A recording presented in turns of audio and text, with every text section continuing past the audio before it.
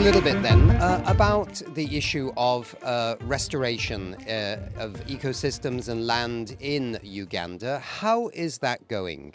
You all know that the UN Decade on Ecosystem Restoration, it is sort of a campaign or a commitment of multiple stakeholders, multiple partners, those who add up to the UN to increase their efforts on land restoration with an intention of recovering the indigenous lost forest covers, with an intention of increasing their forest covers, with an intention of minimizing emissions from the atmosphere.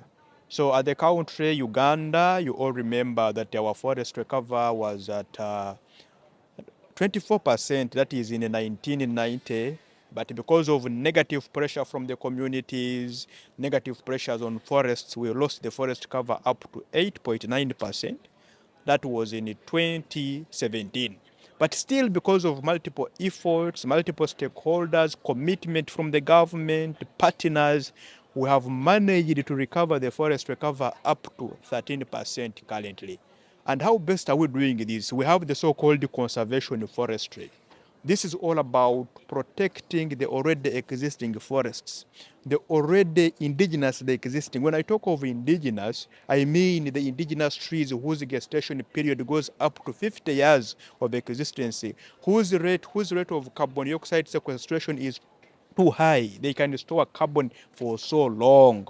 So in this way, under conservation forestry, working hand in hand with the Ministry of Water and Environment in Uganda, our partners under the Running Out of Trees campaign we have in Uganda, we are combining efforts and restoring our forest cover. In the same way, in Uganda, the land ownership system is private, that the largest piece of land is owned by the private farmers.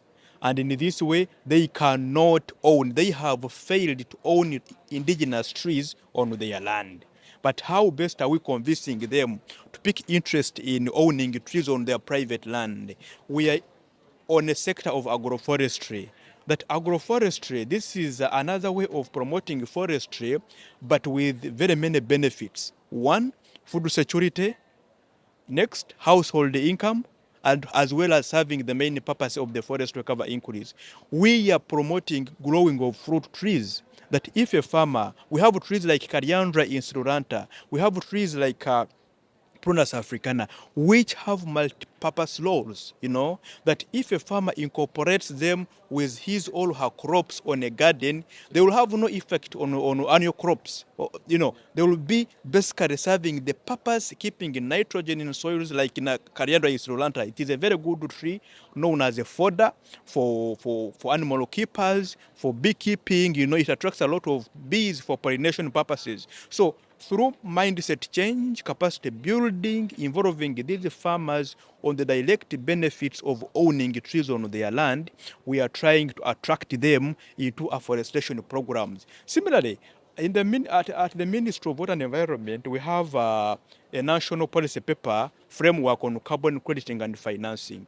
This is aiming at attracting farmers from commercial forestry to conservation forestry on their private land. How is this going to be beneficial? That you grow a tree on your land with an intention of benefiting, getting money out of it. We have our partners like the Grow Foundation.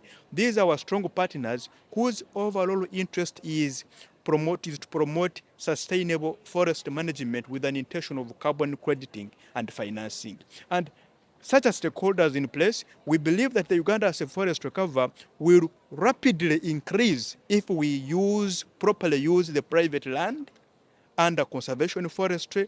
Still, the progress will be registered. Still, we have another way of urban forestry. This is all about promoting trees in a town, promoting trees along road reserves, and this is happening.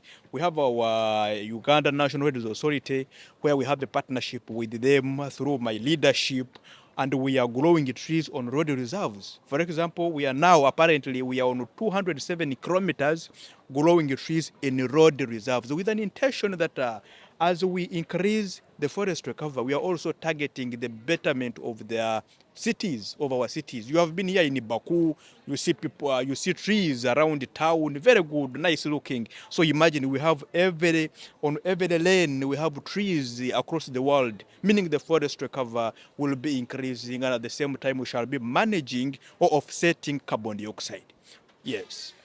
Good, and that's very exciting. And you also we were talking just earlier about the agricultural sector. I mean, Uganda's been quite successful in organic agriculture and exporting those products to, say, Europe, where there's markets for organic agriculture. How is this also benefiting the ecosystems and the nature? You significantly believe that Uganda was named the Pearl of Africa simply because of its outlook, because of its beautiful nature. And in this country, over 65% dwellers or citizens depend on agriculture. Similarly, that over 30% GDP contribution in every financial year in Uganda comes from the agricultural sector. So through the Ministry of Agriculture, you know, its programs like OWC, that is Operation Welfare Creation, NADS, all of these efforts aims at increasing the rate of people involving themselves in agriculture beyond planting food, but also growing food for use for sale at household level to increase their income. What do I mean here? We have specific ways. For example, we are promoting regenerative agriculture. This is all about sustainable land use. Sustainable production to sustain the food system, promoting the food healthy. We are promoting the so-called organic manure use. We transform people's mindset from inorganic fertilizers, which are so much negatively affecting the soils, to organic fertilizers. And here we are talking about the mulching, uses of this, because for them, for organic fertilizers, they keep the soil regenerated, they keep microbes better in the soils. At the same time, we expect an increase in the outcome, that is in the product. Similarly, we have programs against plastic pollution or non-biodegradable pollutants. In this way, I mean the polythene bags, the plastics, that before they go into landfills, we have other ways of recycling, reusing, that's at the country level. In this way, we aim at promoting what we call soil health. With the promoted soil health through soil financing, please, agriculture will be at a stable rate through the government program supporting. We have agricultural loans available for our farmers. We have the grow projects for our women at a household level. That all of them, they keep getting empowered, energized to participate actively in agriculture. Beyond planting trees for food, but also to sell, to sustain our economy, we keep shooting. Our overall intention is to become the Africa's food basket. That we reach a stage that we are no longer importing foods in Uganda. We only export foods. And at this level, I was very, very happy to find our dried mangoes here in Baku. Tell us about what's happening with fossil fuels in Uganda. We have our stand when we talk about the fossil fuel use.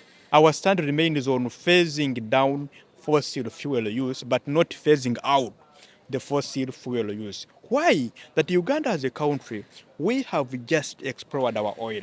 We are just benefiting from it to empower our economy. That 90% of Baku here, their economy depends on oil production. So as a country, we have just discovered ours. We believe and trusted that if managed properly, we are in a position of gaining or boosting our economy. How are we doing this? We have structures, we have strategies of minimizing the expected impacts, negative impacts of this ECOP project. Similarly, we have structures, we have strategies, decarbonization pathways.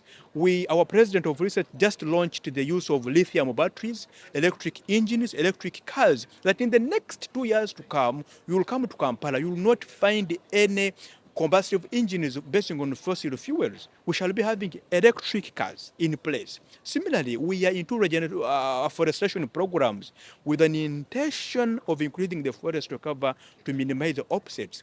We have the renewable energies in place, the biofuels. All of these aims at minimizing our emissions.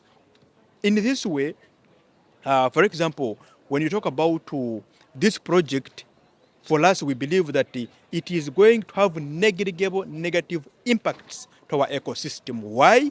We are setting up multiple ways of minimizing its impacts. Thank you very much. Well, thanks very much. It sounds very exciting in Uganda, and you're moving forward on many fronts. Best of luck.